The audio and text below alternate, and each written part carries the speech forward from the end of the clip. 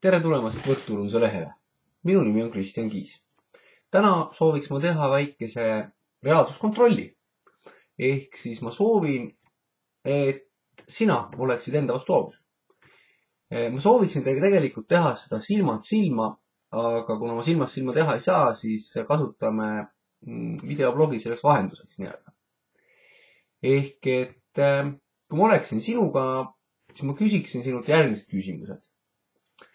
Viimase 7 päeva jooksul number 1, mitu korda oled sa rääkinud uue inimesega telefoni teel?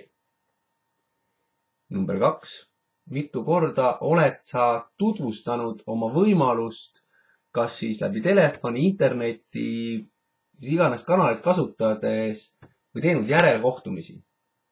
Ja palju sa oled reaalselt selle jaoks aega kulutanud? Number 3. Kui mitu korda sa kohtusid silmast silma uue inimesega ja rääkisid oma võimalusest? Need on olulised tegevused, mida tuleb pidevalt teha, et oma organisatsiooni säilitada ja kasvatada. Ehk siis reaalne küsimus ongi see, et mida sa tegid viimased 7 päeva? Kui palju sa tegelikult tegid tööd, et sinu organisatsioon kasvaks ja et sa saavutaksid edu?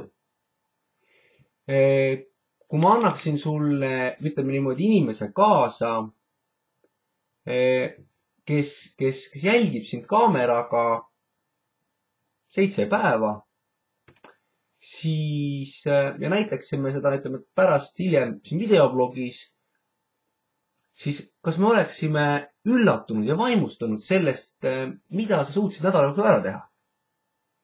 Kas see oli midagi huvitavat, õpetlikku ehk selle videoblogi jaoks? Ehk siis üks asi on tahta midagi ja teine asi on minna ja teha midagi ära selle jaoks, et saavutada siis see edu, mida sina soovid saavutada. Ehk siis kõik tuleb see nii-öelda selle reaalsuskontrolliga, kui me vaatame kalendrisse. Ehk et kui ma näeksin sinu kalendrit, siis ma võiksin põhimõtteliselt sõrmenipsuga ära arvata selle, mis sinu äris toimub. Kui kiiresti sa edu saavutad või mis toimub sinu äri juures. Ehk siis see oli minu tänane küsimus, mida sa tegid viimase 7 päeva jooksul ja mida sa kavatsed teha järgmise 7 päeva jooksul. Minu soov sulle on, et ka sina sooviksid saada professionaalseks võrkturundajaks, sest et meil on parem tulevik. Nüüd lähme ja räägime sellest tervele maailmale. Aitäh!